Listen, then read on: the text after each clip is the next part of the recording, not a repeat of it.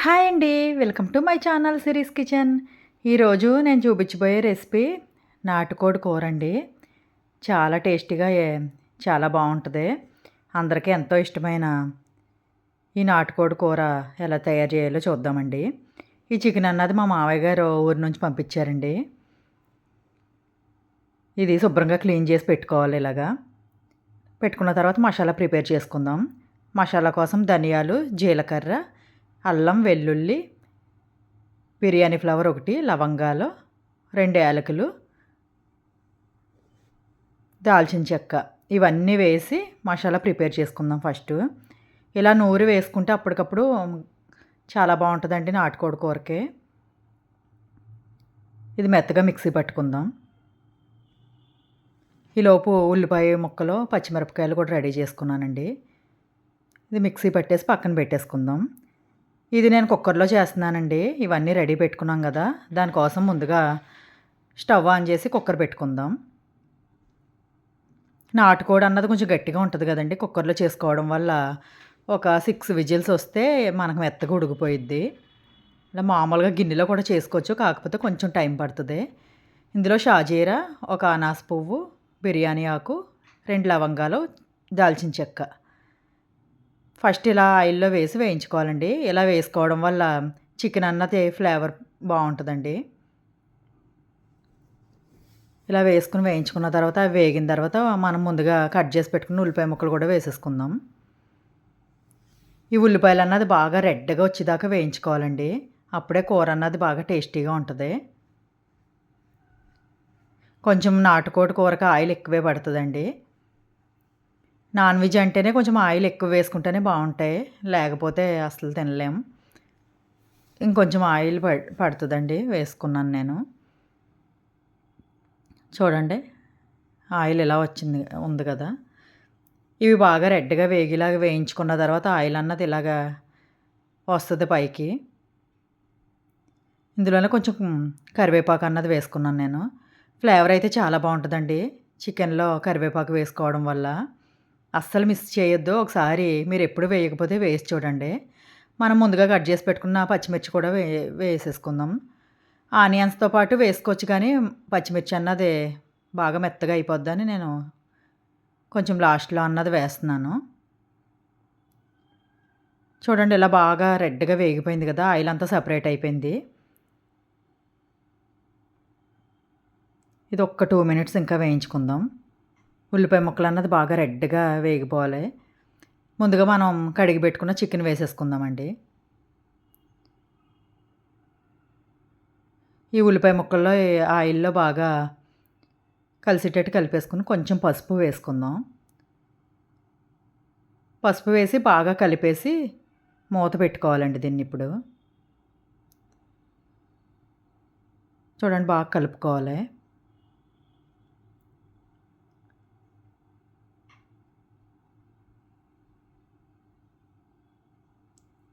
Cooker మూత కాకుండా సెపరేట్గా ఉన్న మూత ఒకటి పెట్టుకుందాం. ఇలా లిడ్ అన్నది పెట్టుకున్నాను నేను. మధ్య మధ్యలో తీసుకుంటా కలుపుకుంటూ ఉండాలండి, లేకపోతే మాడిపోతుంది. కొంచెం వాటర్ వచ్చినాయి కదా, ఒకసారి కలిపేసి మనం ముందుగా మసాలా పేస్ట్ ప్రిపేర్ చేసుకున్నాం కదండి, అది వేసేసుకుందాం. నేను ఈ కర్రీకి సరిపడగానే ప్రిపేర్ చేసుకున్నానండి, అందుకని మొత్తం వేసేసుకుంటున్నాను. మీరు ఎక్కువ కనుక ప్రిపేర్ చేసుకుంటే చూసి వేసుకోండి మసాలా అన్నది. మా పిల్లలు పెద్ద ఘాటు తినరని నేను కొంచెమే మసాలా వేస్తున్నాను. ఈ కర్రీకి సరిపడగా ప్రిపేర్ చేసుకున్నాను నేను, సరిపోద్దండి. ఇది బాగా మసాలా అంతా ముక్కలకు పట్టేటట్టు కలిపేసుకోవాలి. ఈ కూర అన్నది ఒక 50% మనకి ఈ మసాలా వేసి, కారం వేసి, ఇవన్నీ వేసుకుంటా కలుపుకుంటా ఉడికించుకుంటే సగం ఉడికిపోద్దండి. తర్వాత ఒక 6 విజిల్స్ అన్నది పెట్టుకుంటే కూర అన్నది రెడీ అయిపోద్ది. ఇప్పుడు సరిపడా కారం వేసుకుందాం.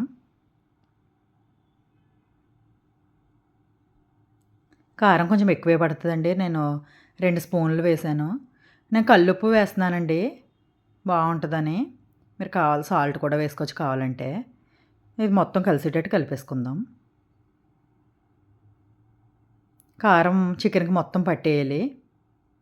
పట్టేటట్టు కలుపుకొని ఒకసారి మళ్ళీ మూత పెట్టేసుకుందామండి. ఇలా మధ్య మధ్యలో కలుపుకుంటా మూత తీసి చూసుకుంటా కలుపుకుంటా ఉడికించుకోవాలి చికెన్ అన్నది. అప్పుడు కర్రీ అన్నది చాలా బావుంటది టేస్టు. దీన్ని ఒకసారి మూత పెట్టేద్దాం మళ్ళీ. కారం మొత్తం ముక్కలకి పట్టేస్తది. ఒక 5 మినిట్స్ తర్వాత మూత తీసి చూస్తే ఇలా కారం, ఉప్పు, మసాలా అంతా మొత్తం అంతా చికెన్‌కి పట్టి చాలా వరకు ఉడికిపోద్దండి. నేనొక హాఫ్ గ్లాస్ పోసాను వాటరు. కలిపి చూసి మళ్ళీ ఒక హాఫ్ గ్లాస్ పోసుకుంటున్నాను. మొత్తం ఒక గ్లాసుడు పోసానండి. విజిల్స్ పెట్టుకుంటాం గదా! ఇప్పుడు.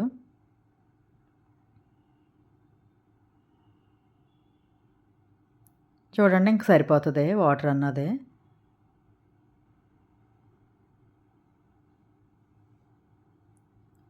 ఒక 2 మినిట్స్ ఉడికిన తర్వాత ఒకసారి కలిపేసుకొని, మనం కుక్కర్ మూత అన్నది పెట్టేసుకుందామండి.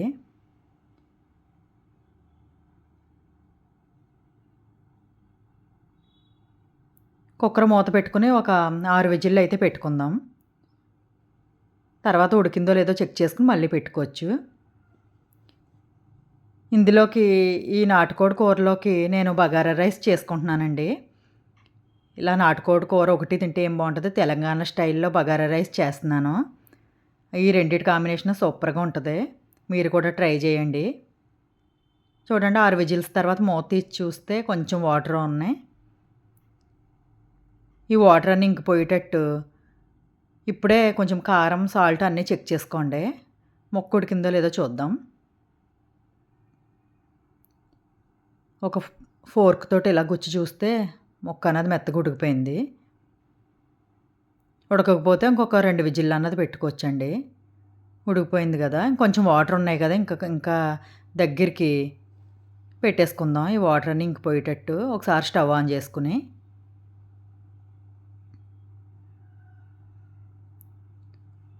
ఒక 10 మినిట్స్ అయితే మొత్తం కూర అన్నది దగ్గరికొచ్చేస్తదండి.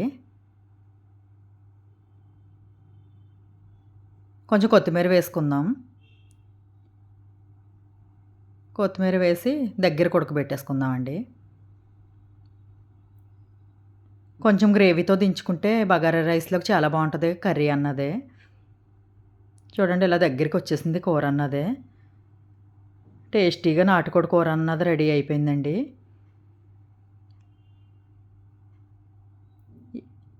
ఈ గ్రేవీ అన్నది ఉంచుకుంటున్నాను నేను. కొంచెం కుక్కర్‌లో అలా వదిలేస్తే కర్రీ అన్నది లాగేస్తది. పక్కన పెట్టేసుకొని బగారా రైస్ చేసుకుందాం ఇప్పుడు. బగారా రైస్ కోసం ఒక ప్యాన్ పెట్టుకొని అందులో కొంచెం నెయ్యి వేసుకుంటున్నాను. కొంచెం ఎక్కువే వేసుకోండి నెయ్య. ఈ బగారా రైస్ అన్నది ఫ్లేవర్‌ఫుల్‌గా బావుంటది. కొంచెం ఆయిల్ వేసుకుంటున్నానండి. చాలా సింపుల్‌గా చేసుకోవచ్చండి. తెలంగాణ వాళ్ళు ఇలా బగారా రైస్ చాలా సింపుల్‌గా చేస్తారు. తెలంగాణ స్టైల్‌లో చేస్తున్నాను నేను కూడా ఇప్పుడు. బిర్యానీ స్పైసెస్ అన్నీ యాడ్ చేసుకుంటున్నాను. షాజీరా, బిర్యానీ ఫ్లవరు, మరాఠీ మొగ్గ, బిర్యానీ ఆకు, లవంగాలు, యాలకులు అన్నీ ఏసి వేయించుకుందాం.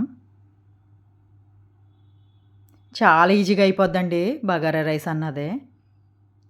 ఇందులో ఇంకా మనం వేసేది ఏముండదు. ఆనియన్, పచ్చిమిర్చి వేస్తే కొత్తిమీర, పుదీనా వేస్తే సరిపోద్దండి. చాలా సింపుల్‌గా చేసుకోవచ్చు. ఉల్లిపాయ ముక్కలు, పచ్చిమిరపకాయలు ఇలా చీరుకొని పెట్టుకున్నాను నేను. అవి కూడా వేసి వేయించుకుంటున్నాను. చూడండి ఇలా వేగింది కదా! అల్లం వెల్లుల్లి పేస్ట్ అన్నది అప్పటికప్పుడు దంచి వేసుకోండి. ఫ్లేవర్ చాలా బావుంటది. అల్లం వెల్లుల్లి పేస్ట్ కూడా వేసి వేయించుకుందాం బాగా. చూడండి ఇలా బాగా వేగిపోయింది కదా! ఒకసారి కలిపేసి వాటర్ అన్నది పోసుకుందాం. నేను ఒక గ్లాసుడు బాస్మతి రైస్ అన్నది తీసుకున్నానండి. కొంచెం పసుపు వేసుకుంటున్నాను. బగారా రైస్‌లో పసుపు అన్నది వెయ్యరు. కొంచెం కలర్‌ఫుల్‌గా ఉంటదని నేను వేస్తున్నాను. మీకు ఇష్టం లేదు అంటే స్కిప్ చేసేయొచ్చు. ఒక గ్లాసుడు బియ్యం నేను హాఫ్ అన్ అవర్ నానబెట్టుకొని పక్కన పెట్టుకున్నాను. గ్లాసుడికి గ్లాసున్నర వాటర్ పోసుకుంటున్నానండి.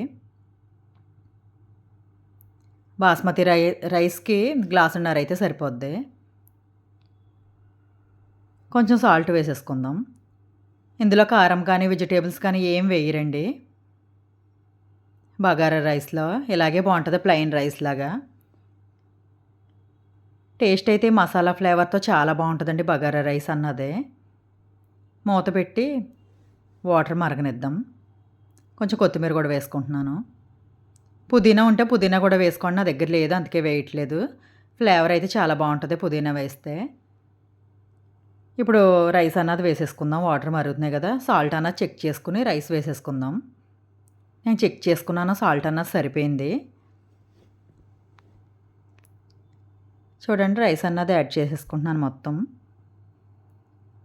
ఈ బగారా రైసు చికెన్, మటన్ కర్రీల్లోకి చాలా బావుంటదండి. మన మామూలు బిర్యానీ కన్నా కూడా చాలా బావుంటది ఫ్లేవర్‌ఫుల్‌గా. మళ్ళీ ఒకసారి మూత పెట్టేద్దాం. ఈ లిడ్‌కి ఆవిరిపోయి హోల్ ఉంది గనక నేను ఒక లవంగి మొగ్గ పెడుతున్నానండి. ఆవిరి బయటికి పోకుండా. ఇలా మధ్య మధ్యలో తీసి కలుపుకుంటా చూసుకోవాలండి.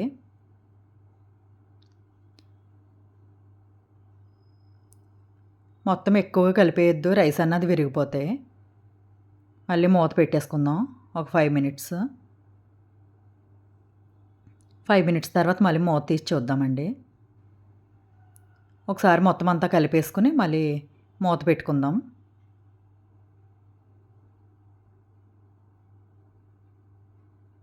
అడుగు నుంచి ఒకసారి మొత్తం కలుపుకోవాలి. చూడండి ఒకసారి కలిపేసుకున్నాం గదా! మళ్ళీ మూత పెట్టుకుందాం.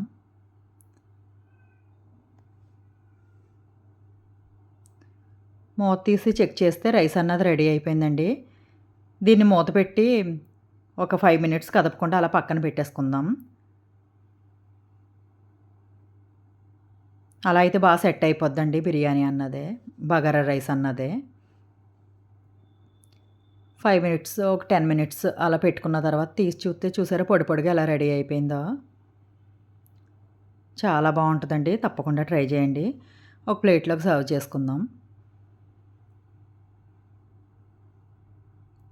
మనం పసుపు వేసిన వల్ల ఈ కలర్‌లో ఉంది. పసుపు వేయకపోతే వైట్‌గానే ఉంటదండి.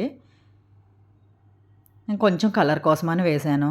మీకిష్టం లేకపోతే అలా వైట్‌గా కావాలంటే పసుపు స్కిప్ చేసేయొచ్చు. నాటుకోడి కూరతో ఈ బగారా రైస్ అన్నది సూపర్‌గా ఉంటదండి. చాలా బాగా కుదిరినాయి 2 గూడా. చాలా చాలా బావున్నాయండి. మీకు కూడా నచ్చినట్టయితే తప్పకుండా ట్రై చేయండి. Thank you for watching. Bye bye.